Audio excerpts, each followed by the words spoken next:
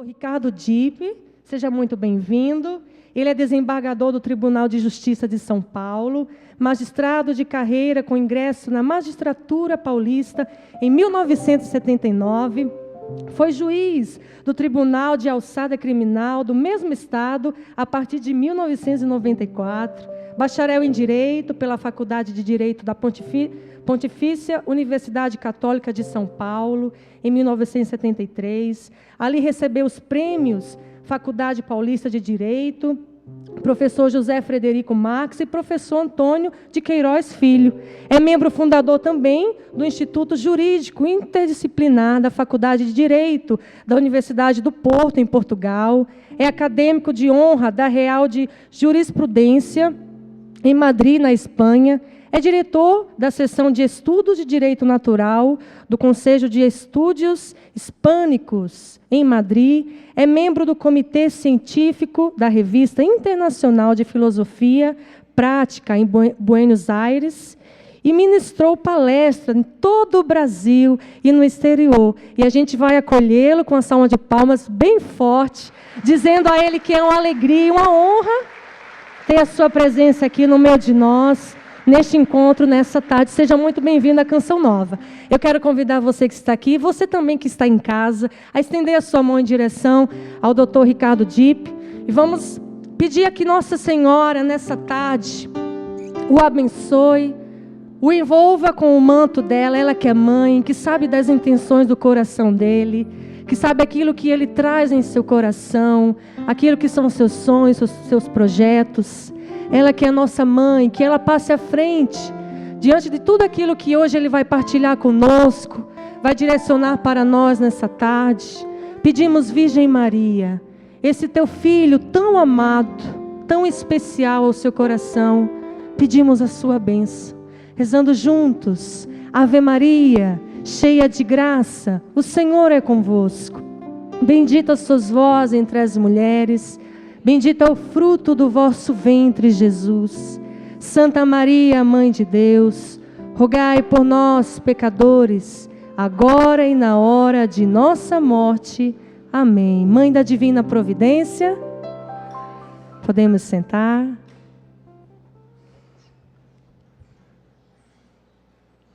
Muito boa tarde a todos, boa tarde também aos senhores telespectadores.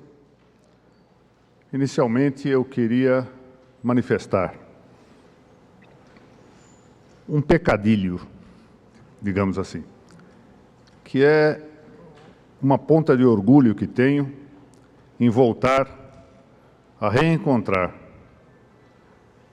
os magistrados e membros do Ministério Público que se agremiam neste 5º encontro nacional católico para magistrados, membros do Ministério Público e suas famílias. É uma honra imensa que vale mais do que dobradamente essas honrarias que acabam de ser lidas quanto ao meu currículo vitae e que seguramente são honrarias que não acompanham o descer o corpo à terra. Se compreendem bem, as honrarias equivalem mais ou menos àqueles bens materiais que pouco ou nada contam em relação àquilo que constitui o conjunto dos bens espirituais e que havemos de guardar para a eternidade.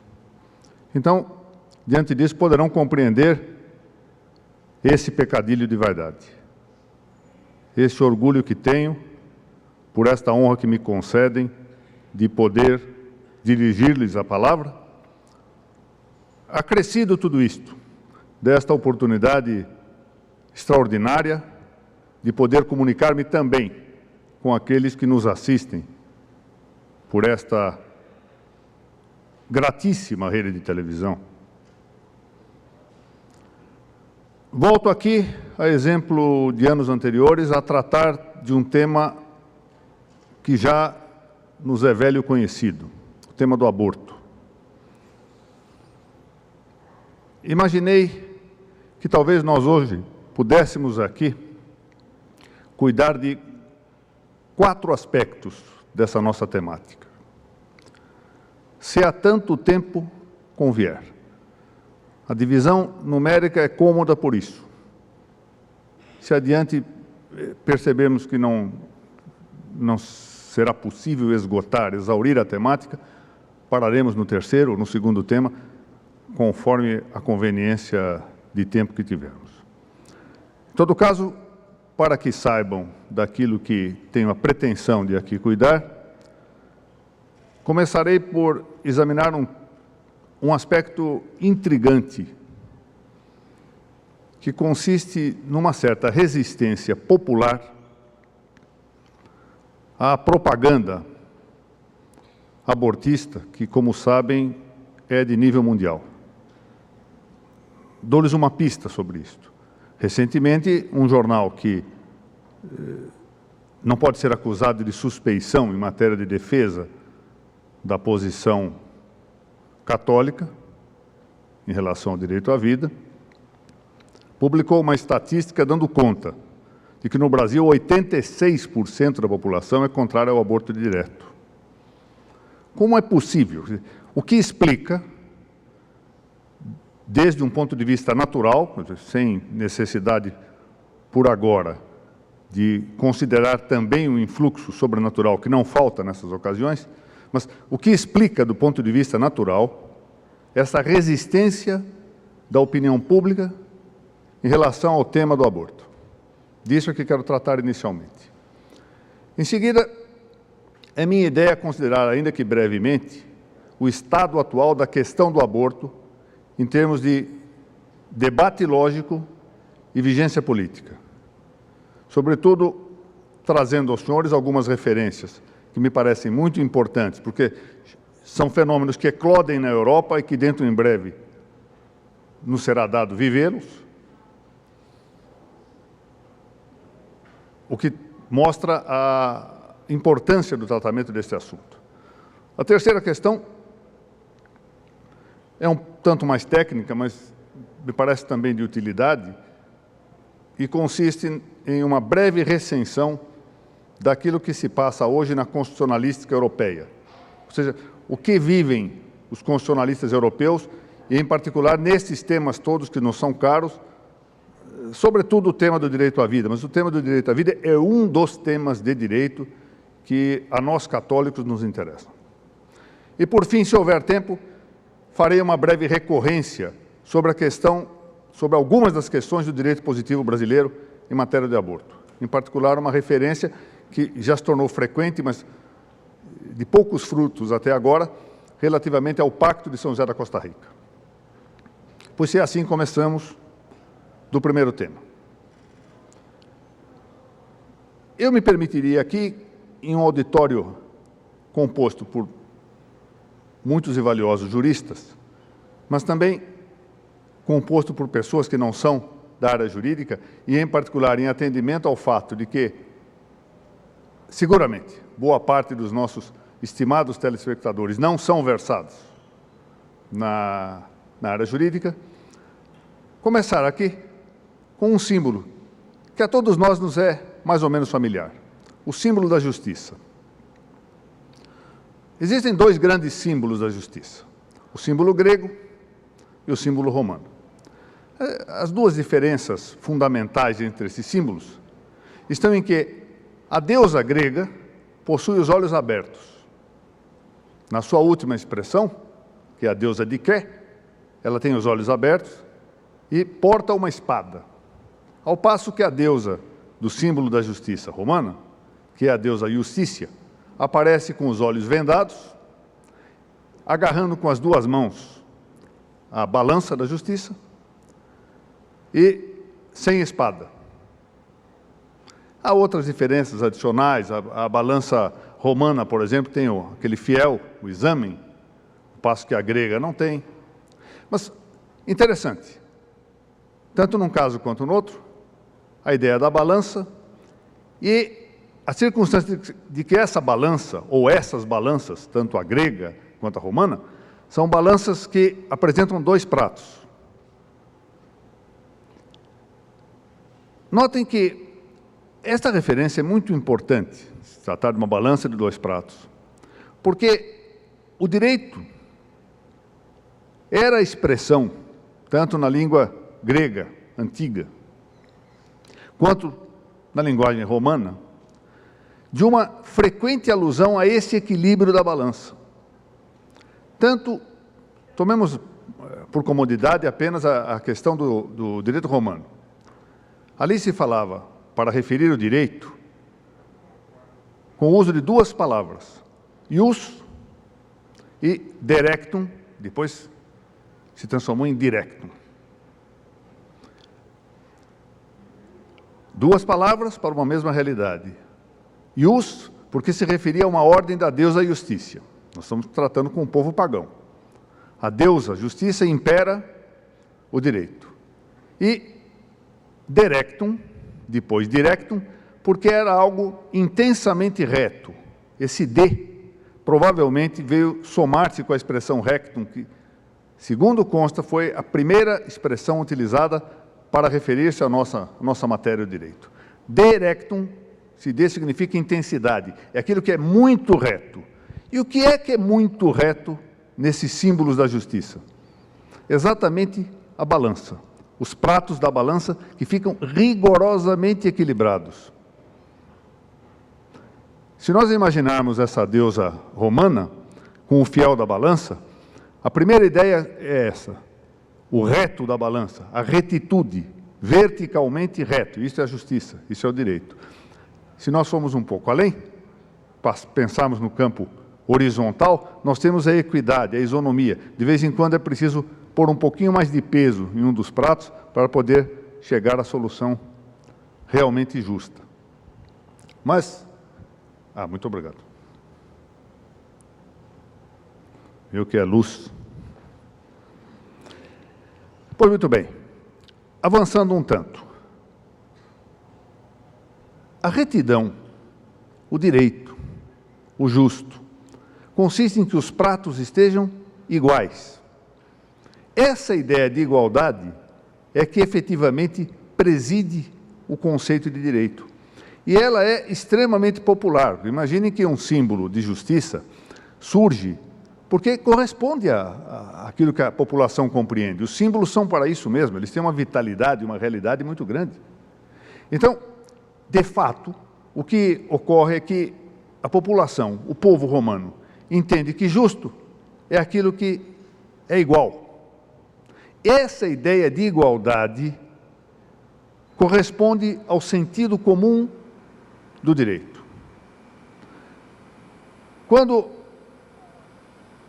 povos sem formação técnica, estamos tratando aqui do saber comum, do saber ordinário do povo, pensa no direito, ele deixa atrair, desde a antiguidade, como estamos vendo, esse conceito de igualdade, tal que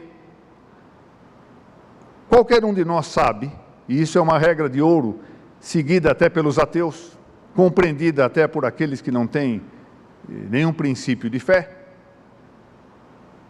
que nós não devemos tratar os outros da maneira como não gostaríamos que eles nos tratassem. Essa é a ideia de igualdade. E é por isso que tirar a vida de alguém que me é igual me soa como um atentado ao senso comum. Contraria o sentido comum. Por quê? Porque eu não quero que me tirem a vida. Se nós avançarmos um pouco esse sentido da igualdade, esta regra de ouro de que eu quero para mim o mesmo tratamento que eu devo dar a outro, que a igualdade ou o direito, nesta versão mais simples, preside toda a formulação dos direitos, e em particular desses direitos maiores, nós vamos começar a compreender profundamente uma realidade que fez parte de toda a teoria clássica do direito e que nos permite ver o direito expandir-se universalmente em certas questões, sem necessidade mesmo de que ele nos seja ensinado pela lei positiva. Nós todos temos, bastando as primeiras luzes da razão natural, desde cedo, uma apreensão intuitiva. seja na ordem da razão especulativa. Uma criança de tenra idade sabe que uma coisa não pode ser e deixar de ser ao mesmo tempo, sob o mesmo aspecto. Ou seja, intui o primeiro princípio da razão especulativa. Tome uma criança pequena e faça uma brincadeira do gênero: vá lá ver se eu estou ali na esquina. A criança vai e volta sorrindo. E volta sorrindo porque sabe que isso não pode ser verdade. Tem compreensão de que nós estamos brincando. Quem ensinou isto? Isso é intuitivo. Basta surgir a luz da razão para que intuitivamente nós todos tenhamos esse primeiro princípio da razão especulativa. Mas nós temos uma razão prática também. E na razão prática, nós atingimos com ela algumas coisas que são intuitivas. E nós podemos consagrar em um princípio: fazer o bem, evitar o mal. Todos nós só podemos agir na direção de um bem, ainda que muitas vezes, isso é um problema da falta de experiência, muitas vezes, experiência prática, de vida, colocamos o bem onde ele não está. Quebramos a hierarquia e deixamos o bem maior subverter-se por um bem menor. Mas nós não podemos agir diretamente em direção ao mal, porque o mal é privação, o mal é carência, o mal é nada, e nós não podemos agir em direção ao não ser. Portanto, temos todos também essa primeira apreensão, que é da razão prática. Se chama primeiro princípio da sindérese: fazer o bem, evitar o mal. Todos nós temos isso intuitivamente. A partir desse primeiro princípio, nós temos conclusões que são quase que imediatas. Uma dessas conclusões está exatamente em que é vedado o homicídio do inocente. Não podemos matar o inocente. Não podemos matar aquele que nos é igual. Claro, dirão isto com toda razão, de quando em quando este princípio, esta conclusão, que torna defeso o homicídio universalmente, pode falhar num povo ou noutro. É bem provável, opinião que de certo modo conta com o apoio clássico da doutrina, e nela avultando o nome de Santo Tomás de Aquino, que o decálogo tenha surgido, incluindo a proibição do homicídio, exatamente porque se perdia, ou se corria o risco de perder, esta conclusão mais ou menos evidente, muito imediata, do primeiro princípio da razão prática. E, quase semelhantemente a essa conclusão, nós temos outra: a vedação do furto, a vedação do falso testemunho, a vedação do adultério, etc., que estão na segunda tábua do decálogo. São conclusões muito próximas, volto a dizer, do primeiro princípio da razão prática. Bem, esta captação, esta apreensão da igualdade, torna de senso comum, torna de sentido comum, e explicada, como acabo de tecer aqui, algumas considerações, no plano da teoria do conhecimento, torna de senso comum, volto a dizer, a ideia de que o aborto direto, consistindo em um homicídio, consistindo em matar um igual, não pode ser permitido. Verdades de senso comum são verdades que todos nós apreendemos. Não há necessidade de grande esforço para apreender isto. E é exatamente com base nesta consideração,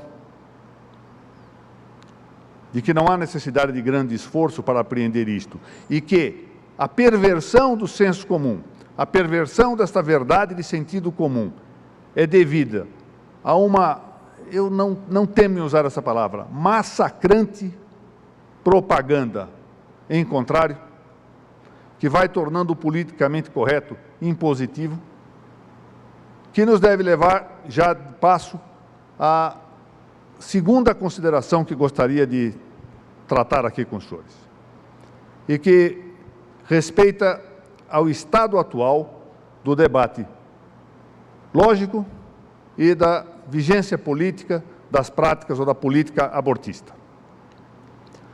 Hoje pela manhã, felicitando-me por ouvir a exposição do Dr. Carlos Fortes acerca da pedofilia, ocorreu-me algo interessante de pensar. Os senhores imaginam que parece ser quase mundial a justificada indignação com a pedofilia. A justificada política de proteção das crianças. Mas, ao mesmo tempo, reparem o problema lógico. Boa parte dos mesmos políticos que se dedicam tão avidamente e tão justificadamente, não tiro o valor dessa política de modo nenhum, a proteger a vida sexual de uma criança, a vida psicológica de uma criança, são esses mesmos aqueles que, perdoe-me usar essa expressão, dão a mínima para a vida integral da criança. Percebem que defendem o menos e deixam de defender o mais? Matar pode. Praticar a pedofilia, não. É isto? Compreendem a falta de lógica? E aqui entra um tema interessante. O feticídio. Esta morte do ser humano, que um dia nós fomos também, lá dentro do ventre de nossas mães.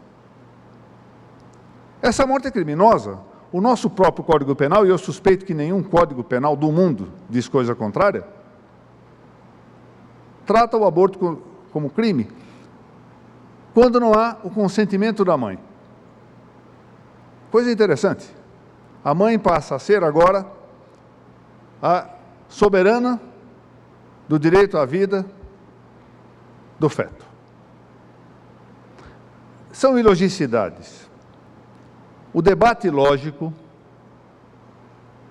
daqueles que defendem o direito à vida, de há muito é vitorioso, no mundo inteiro. Eu, há questão de um ano e pouco atrás, acompanhei de perto o debate entre o procurador do Estado, valorosíssimo, já aposentado, hoje advogado, Cícero Harada, com um grupo de argumentadores em favor do aborto. E a verdade é que o doutor Cícero não deixou pedra sobre pedra. Mas entra aí o problema. A vitória lógica não significa necessariamente a vitória política. Tomemos aqui um exemplo paralelo, e que me parece justificável. O julgamento de Nosso Senhor. Quando Nosso Senhor é esbofeteado. Ele disse: se falei mal, dá testemunho. Se falei bem, por que me batem? Em nenhum caso era caso de agredi-lo. Bastava o testemunho do que ele havia falado mal, ou se falasse bem, deixar as coisas como estavam. Houve uma vitória lógica? Alguém duvida disso? Não é preciso ser cristão, não é preciso ser católico para reconhecer aqui a imensa vitória lógica desse exemplo extraordinário de dilema. É muito raro encontrar o dilema efetivamente caracterizado. Aí no julgamento do Nosso Senhor estava presente um dilema bem caracterizado. E do ponto de vista político, pelo menos imediato, o resultado nós sabemos qual foi. Félix culpa, é bem verdade, mas isso do ponto de vista sobrenatural. Do ponto de vista político foi uma derrota, pelo menos naquele momento. Isso deve bastar para que compreendamos que os argumentos lógicos, a vitória lógica, nem sempre vai significar, e lastimavelmente, muitas vezes, de fato, não significa, a vitória do ponto de vista político. E aqui, a meu ver, se indica já uma situação tenebrosa e que mostra que boa parte desses propugnadores do aborto já tem por superada e vencida essa batalha, ou essa etapa da batalha, porque se dedicam nesse momento a atacar um efeito da imensa liberalização do feticídio.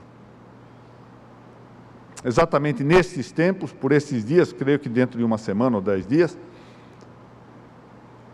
se instalará em Madrid um congresso patrocinado em larga medida por professores espanhóis, com o apoio do Vaticano, a respeito do tema objeção da consciência. Por que motivo se dedicam os autores e pensadores espanhóis e italianos a cuidar da objeção da consciência? Por um motivo: as leis favoráveis ao aborto estão em toda parte e agora vêm com o requinte de considerar criminosa a atitude de quem resiste ao aborto.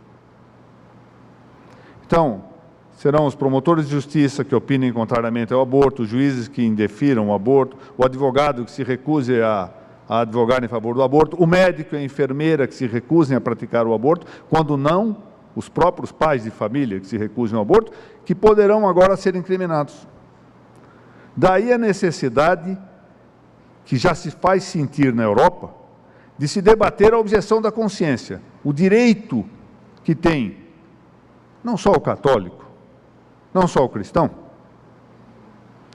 eu diria apenas o homem lógico, alguém que não perdeu de toda a capacidade das grandes indignações de que falava hoje pela manhã o Dr. Carlos Fortes. O direito que tem este de dizer não pratica um homicídio. A situação é extremamente grave, porque adotada uma política positivista do direito, uma política em que o Estado determina a lei, em que se elegem 100, 200, 300 parlamentares, e esses parlamentares têm, como é frequente dizer, e eu peço escusas desse exemplo escolar, mas tem um cheque em branco para preencher com a legislação que bem entendo,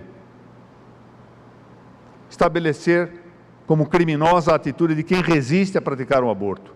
E logo nós veremos que passamos da proibição ao aborto, à sua liberalização, em seguida ao seu caráter quase compulsório, sob pena de crime de quem se recusa a praticá-lo. É uma questão de tempo que nós tenhamos de enfrentar o problema aqui no Brasil. E vejam em paralelo outras políticas que marcham no mesmo sentido. Superado esse terceiro tema, nós tocamos aqui uma questão técnica. Eu me permitiria uma escusa, um parêntese rápido. Coisa de velho professor. Eu militei 34 anos na vida universitária e adquiri esse veso, que eu não sei se é muito simpático ou não, mas é que é preciso, de algum modo, viver com uma segunda natureza. Essa é a minha. Guardemos-nos da expressão objeção de consciência. Catolicamente se diz objeção da consciência. A consciência não é uma faculdade, consciência não é um hábito, consciência é um juízo, ou seja, é um juízo conclusivo, é o juízo último da razão prática. Portanto, não se fala juízo de consciência, como se fosse juízo de inteligência, juízo de vontade ou inclinação de vontade. Não, é a consciência, algo concreto, uma proposição conclusiva ao fim de uma argumentação. Bem, vencido esse breve parêntese, passemos a cuidar dessa questão delicadíssima, e ainda que rapidamente o devamos fazer aqui, que diz respeito ao tema do positivismo jurídico, do estatalismo de normas. E o que representa hoje a chamada crise da constitucionalística europeia atual. É algo que nos estranha muito pensarmos que,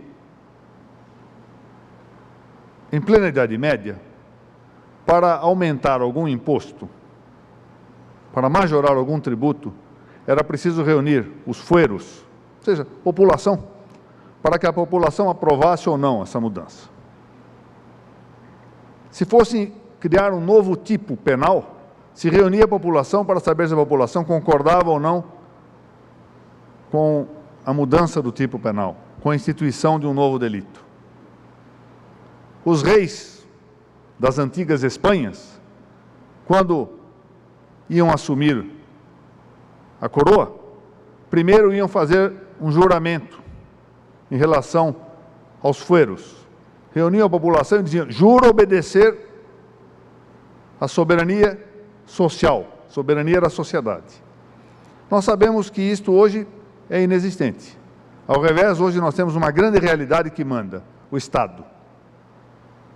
Soberania social está dizimada. Cada vez menos as famílias têm condições de até mesmo educar seus próprios filhos. Há um célebre julgado de uma das cortes superiores do nosso país, e é interessante porque havia um ministro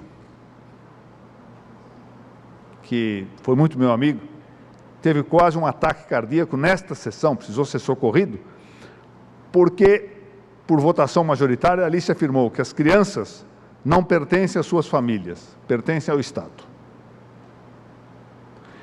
É mais ou menos isso que se passa, de um modo geral, com a ideia do positivismo jurídico. Ou seja, faz-se a lei, não importa, não há ordem substantiva a observar. Manipulam-se aqui e ali as opiniões oscilantes da população e pronto, já está. Há uma lei nova, pouco importa seu conteúdo. E, com o passar dos tempos, essa legislação se vai fazendo comum e vamos deixando de lado. Isso se passa aqui no Brasil, com essa imensa peste que é o divórcio, e que está à raiz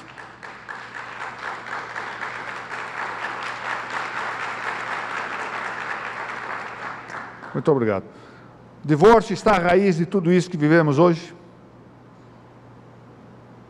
O aborto, pedofilia, tudo isso de algum modo se enraiza no pouco e péssimo conceito que se tem de um matrimônio que pode ser desfeito no dia seguinte e agora provavelmente via internet.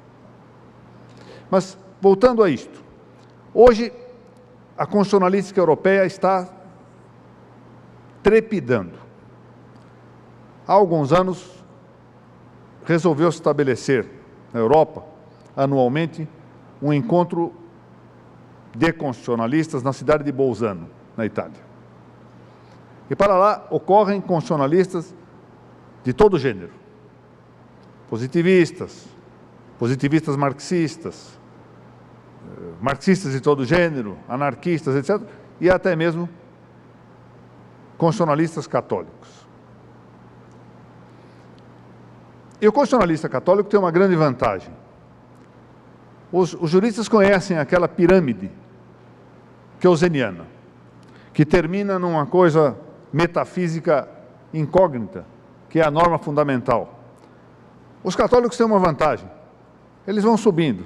Portarias, resoluções, leis estaduais, leis nacionais, Constituição, depois coloca em cima, lei eterna. Nós temos fundamento. Fundamento do direito é Deus. Nós podemos parar numa norma fundamental. E vamos lá, alguns constitucionalistas católicos, eu cito aqui nomes importantes, representativos de um grupo de grande relevo: Pietro Grasso, italiano, Francesco Gentili, grande Danilo Castellano e meu grande amigo Miguel Ayuso Torres, de Madrid. E se estabelece no debate com os constitucionalistas de outra linha um certo ataque a posições ideológicas. A pergunta, basicamente, aqui para simplificar, era esta: por que as novas constituições podem, pura e simplesmente, anular o que as anteriores consagraram? se as constituições configuram esta norma tamanhamente importante, tamanhamente relevante, quase um bezerro dourado, ou alguma espécie de vaca sagrada, em que não se pode tocar, perante a qual a Constituição parecem desvanecer-se as forças de todos os juristas. Por que essa mesma Constituição, que até a véspera era intocável, no dia seguinte, quando se faz uma nova, pode ser tamanhamente afrontada, a ponto de que não existam contra a Constituição direitos adquiridos, coisa julgada, etc.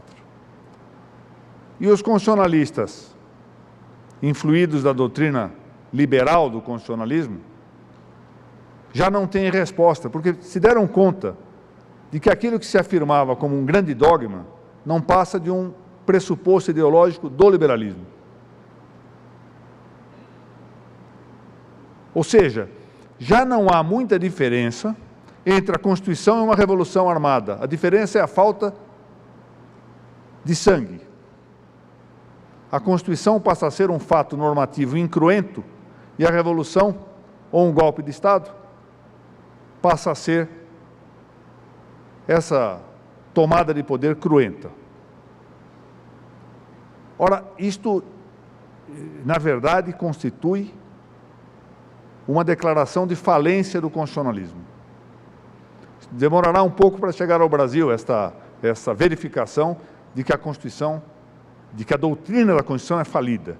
Ou seja, de que nós precisamos ir além da Constituição, precisamos encontrar alguma coisa a que aferrar de modo inamovível o direito. Não podemos contentar-nos com dizer que o direito está resolvido pela Constituição. Porque é como amarrar a âncora de um navio em um bote flutuando.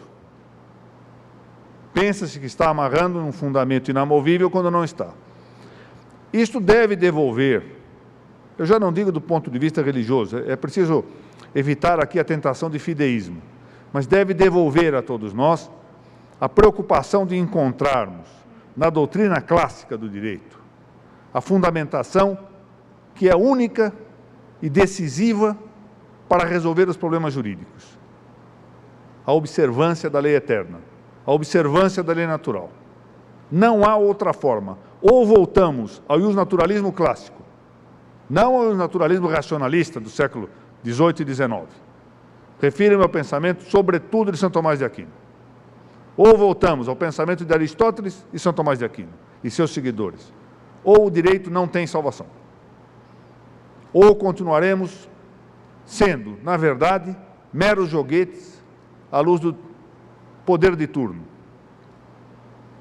E essa é uma responsabilidade nossa, dos juristas, de cada um de nós. E que não implica, bem é que se diga, desvalia do direito positivo. Uma das consagrações do direito natural clássico, uma das teses fundamentais desse direito natural clássico, é exatamente a que outorga ao direito positivo uma importância elevada na realização do bem comum, na realização da segurança jurídica. Portanto, inutilmente, os adversários do justnaturalismo clássico poderão dizer que nós pregamos um regime idílico, utópico, desatento com a necessidade da lei. Bem ao revés. O direito natural sempre exige a complementação do direito oposto. O direito natural sempre exige dos juízes a observância do direito oposto. Em nenhum momento proclama ou prega a subversão daquilo que constitui reta normação determinativa nas sociedades. Por último, feitas essas três observações, eu queria tratar um tantinho, e em recorrência, da questão do direito positivo brasileiro relativamente ao aborto. Estranha-me, efetivamente, estranha-me, que muitos julgados ignorem, nesta matéria, o que consta do Pacto de São José da Costa Rica. Eu fui juiz durante mais de 10 anos do Tribunal de Alçada Criminal de São Paulo. Ali julguei muitos casos em que se demandava, seja por meio de habeas corpus, seja por meio de revisão criminal, anulação de sentença ou de acórdão, em que se havia frustrado o direito de defesa. Muitas vezes era caso muito simples, aplicação de uma pena de multa, em um tempo em que a pena de multa podia converter-se ainda em detenção e, portanto, justificava a ação de habeas corpus. E, invariavelmente, o tribunal, e com o meu aplauso, reconhecia que a falta de defesa autorizava a anulação da sentença. Mera pena de multa nós estamos cuidando aqui. E com razão. O direito de defesa faz parte do patrimônio do iusnaturalismo.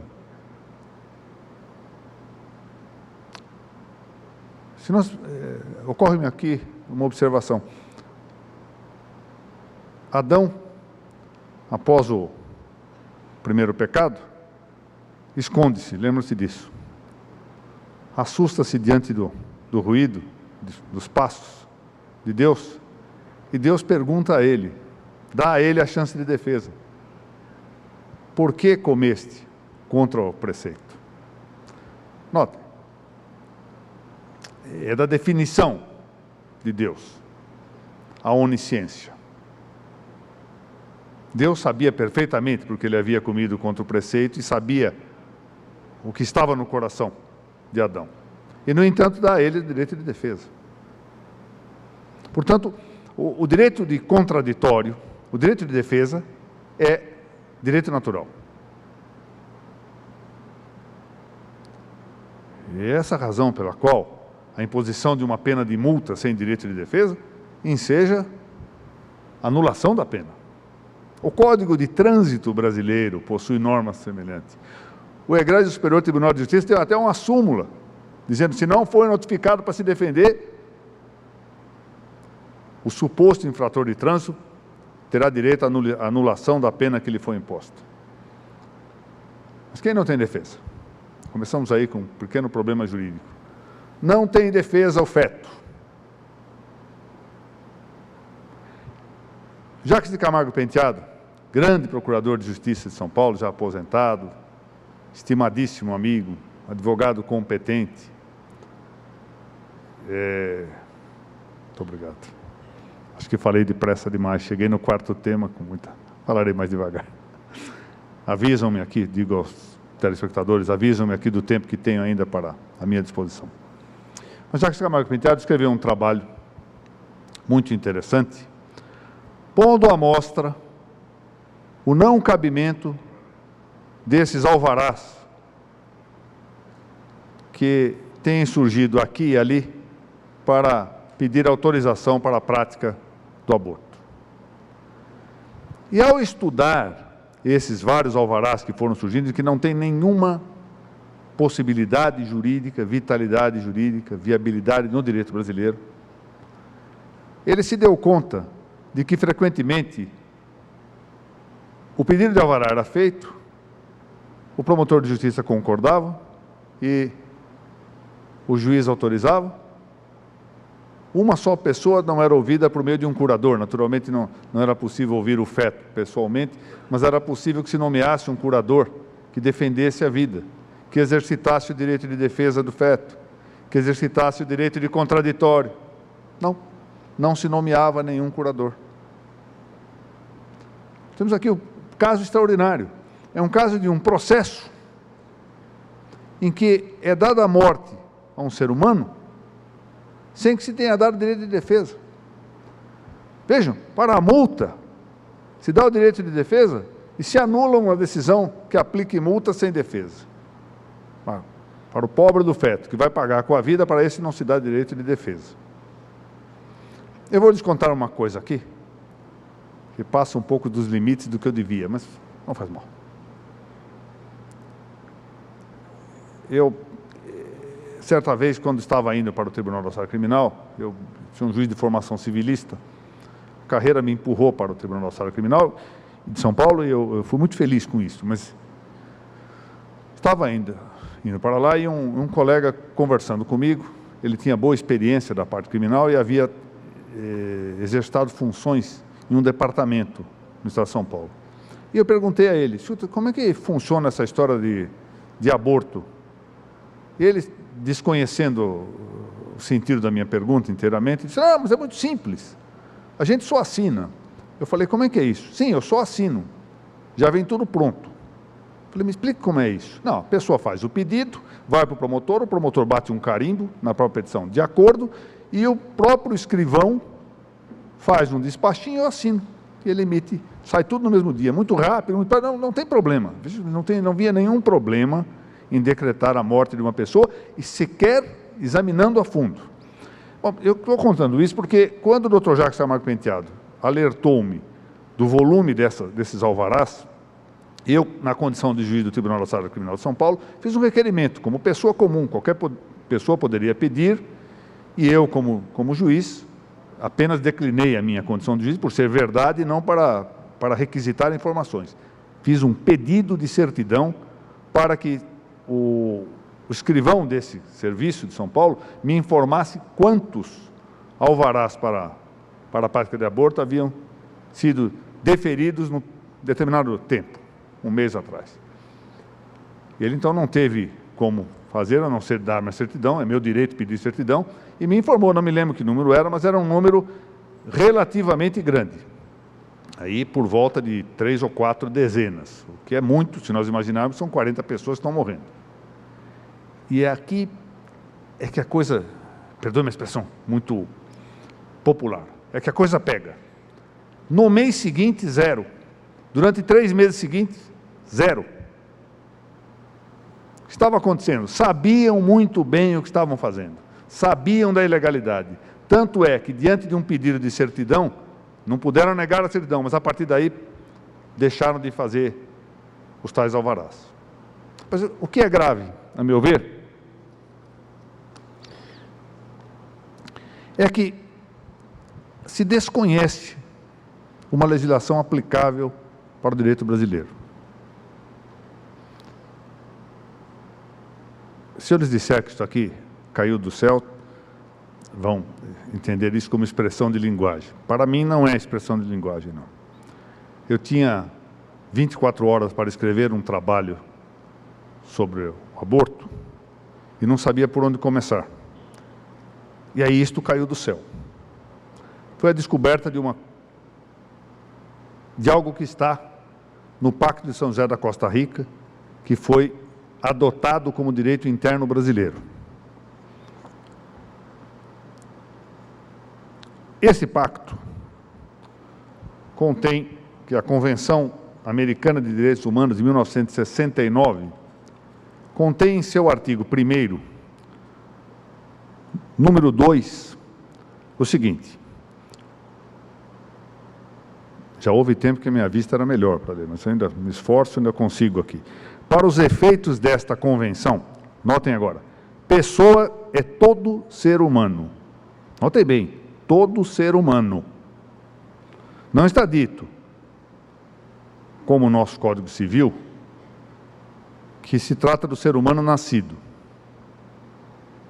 Para os fins desta convenção, pessoa é todo ser humano. Todo ser humano compreende. Mulher, homem, grandinho, miudinho, com cabelo, sem cabelo, vai por aí afora. Todo ser humano. Entre essas indicações de que pessoa é todo ser humano, está uma muito simples. Fora do ventre materno, dentro do ventre materno.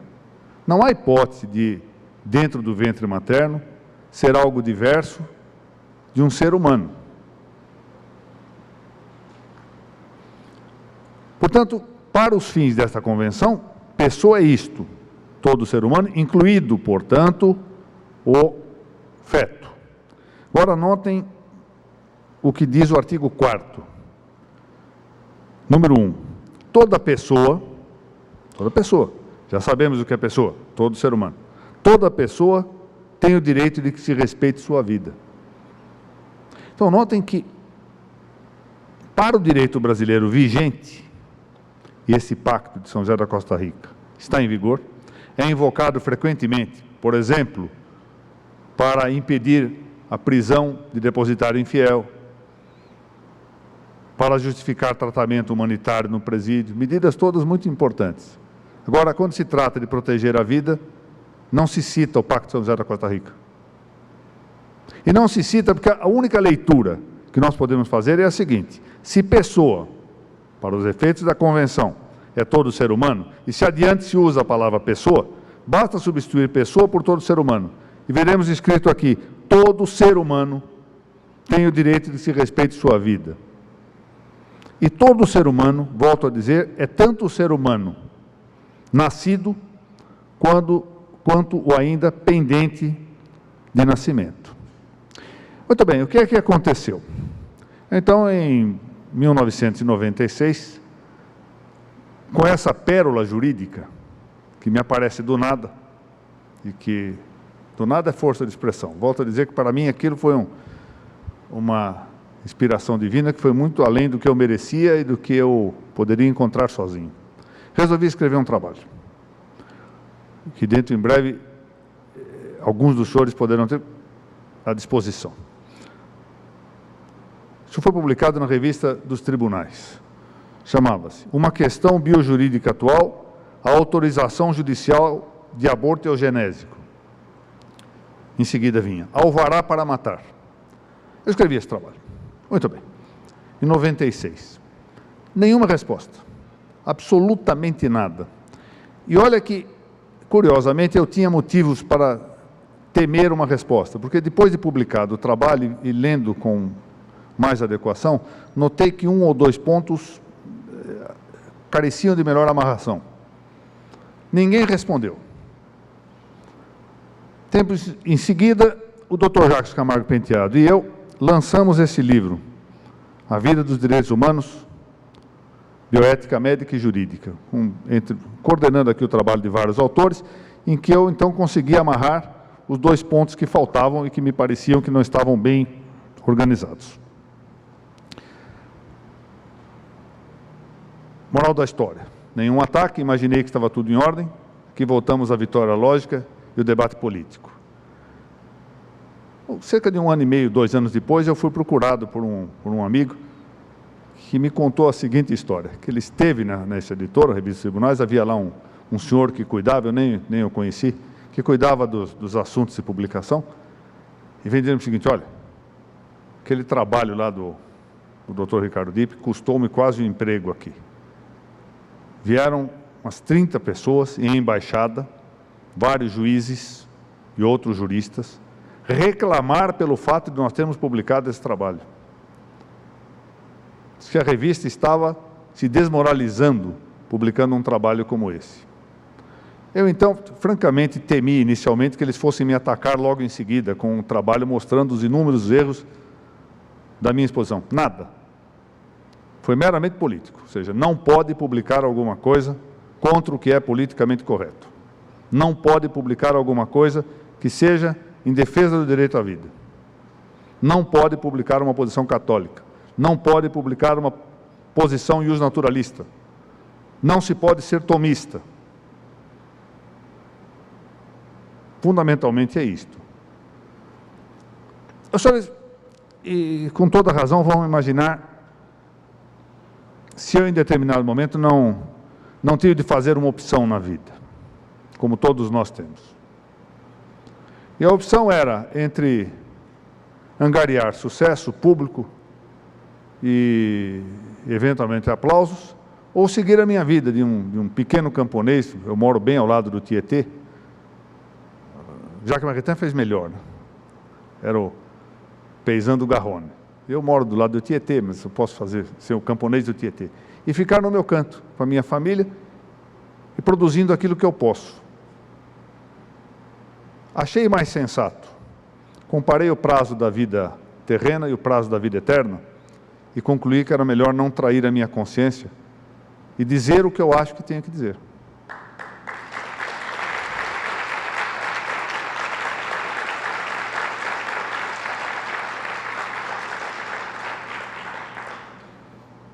Nós, juristas, tivemos um precedente muito interessante. Muitos conhecem essa história. O chanceler da Inglaterra, Thomas More. Ele estava preso e Henrique VIII, que é um dos ícones dessa corrente anticristã, propôs a ele simplesmente que não desaprovasse o divórcio dele, Henrique VIII, e que permitisse o casamento, simplesmente não desaprovasse o casamento de Henrique VIII com Ana Bolena. E foi a mulher de Thomas More falar com ele, e disse, olha, basta isso e ele vai mantê-lo com vida.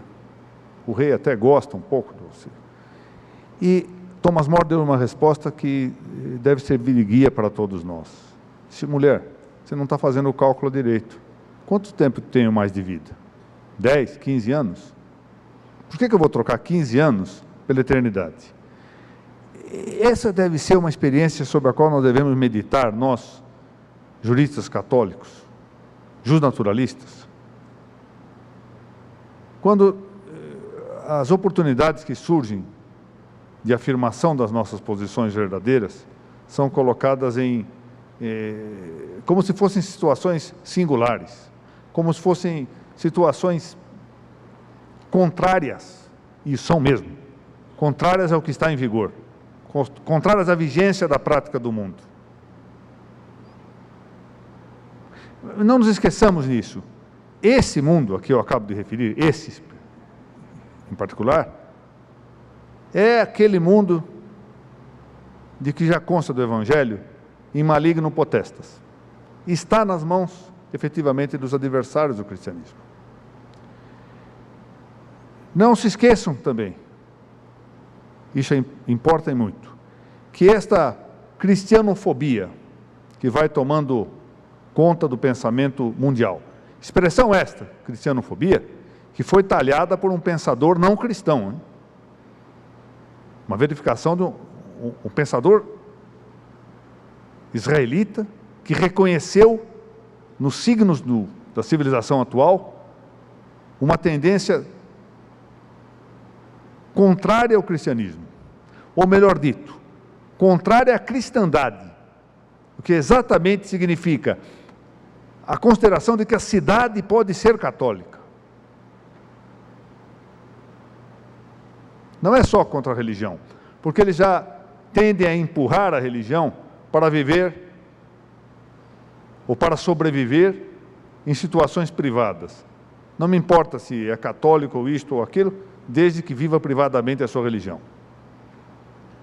Já nos arrastaram para um canto do grande mercado das religiões à la carte. Não se trata disso. O grande alvo desse movimento de cristianofobia é a cristandade. Ou seja, é o regime da cidade, o regime da polis católico. Que, como disse certa vez São Pio X, é essa cidade que já existe, que não precisa ser criada. Eu, para encerrar aqui, eu não sei quanto tempo ainda tenho 10 minutos, é o suficiente para encerrar com umas tantas observações. Queria indicar aos senhores uma tarefa difícil do ponto de vista prático, mas que valeria muitíssimo a pena. O Pontifício Conselho para a Família fez editar um trabalho que aqui está, chamado Lexicon, com vários autores, e mostrarei.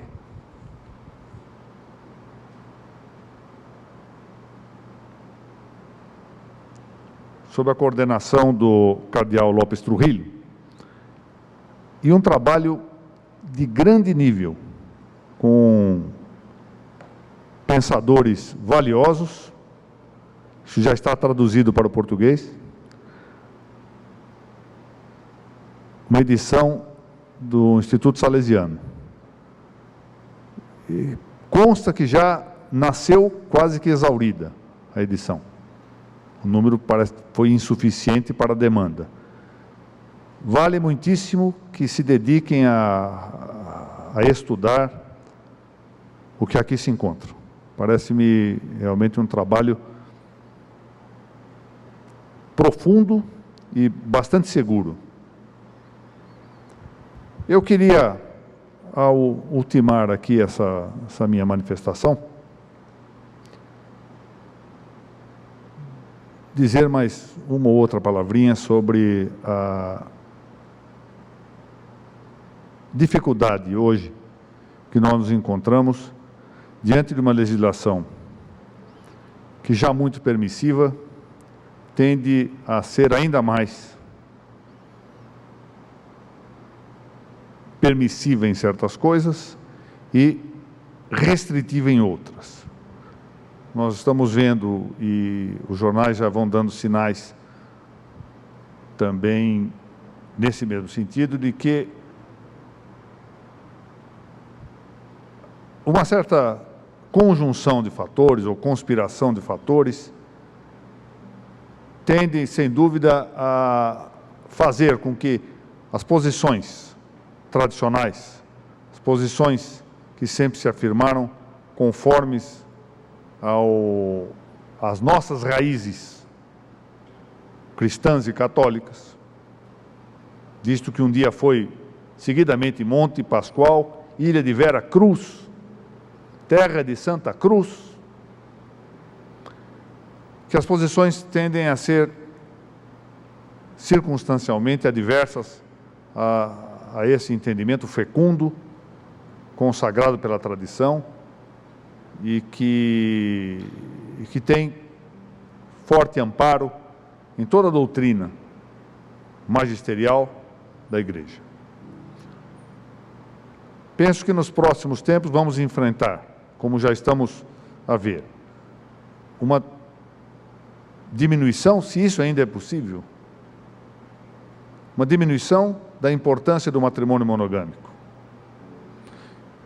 Vamos enfrentar o problema do generismo. É provável que nos próximos tempos tenhamos, se não por via legislativa, talvez por via pretoriana, a recepção, cito isso usando a palavra entre aspas, de casamentos entre pessoas de mesmo sexo. É já possível, é já avistável que vamos ter à frente o tema da eutanásia. Mais o incremento das questões relativas ao aborto. E, enquanto isto, nós, aparentemente, continuamos numa posição sempre defensiva, defendendo as nossas posições, mas defendendo quase como a maneira de quem diz, bom, isso eu não farei. E eu não sei, eu não estou à altura e não tenho luzes bastantes para poder afirmar isto com segurança. Eu não sei se não é o momento de nós alterarmos essa atitude de uma defesa quase acanhada e passarmos a tentar reverter certos quadros. Estranha-me que desde a década de 70, dos fins dos anos 70, quando se instalou essa peste do divórcio no Brasil, até agora não se tenha pensado em alterar a legislação brasileira para exatamente não permitir mais o divórcio. Estranha-me que sejam poucos os projetos legislativos que tentem reverter esse quadro permissivo nos costumes. E o resultado é que de supostos avanços, na verdade isso consiste em grandes retrocessos, mas de supostos avanços legislativos, nós vamos ficando cada vez mais afastados daquele que deve ser o modelo da cidade católica. Acho que cada um dos senhores, gente jovem, tem condições de fazer aquilo que provavelmente a minha geração fracassou em fazer. E para isso, um componente extraordinário é exatamente o da reunião. O de uma reunião caridosa, entusiasta e fortemente nutrida por uma séria e grave vontade de servir a Deus. Eu volto a dizer-lhes da minha imensa satisfação em estar aqui, em poder comungar com todos os senhores destas preocupações que nos são comuns. E não queria encerrar esta minha participação sem um agradecimento final. Eu tenho uma devoção extremamente entranhada por aquela que é Mãe de Deus e é nossa mãe. E me surpreendi muito favoravelmente. O que me tocou muito profundamente, o fato de, pouco antes de eu iniciar estas minhas desvaliosas palavras, ter sido agraciado pela intenção comum de todos os senhores, que invocaram com uma devoção notável e efetivamente emocionante, aquela que é a rainha de todos nós e é também a nossa mãe protetora, a quem dedico agora o proveito que possam tirar dessas minhas pobres palavras. Muito obrigado.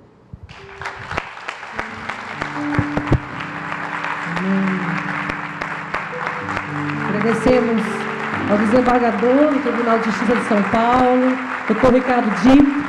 Obrigada pela sua presença.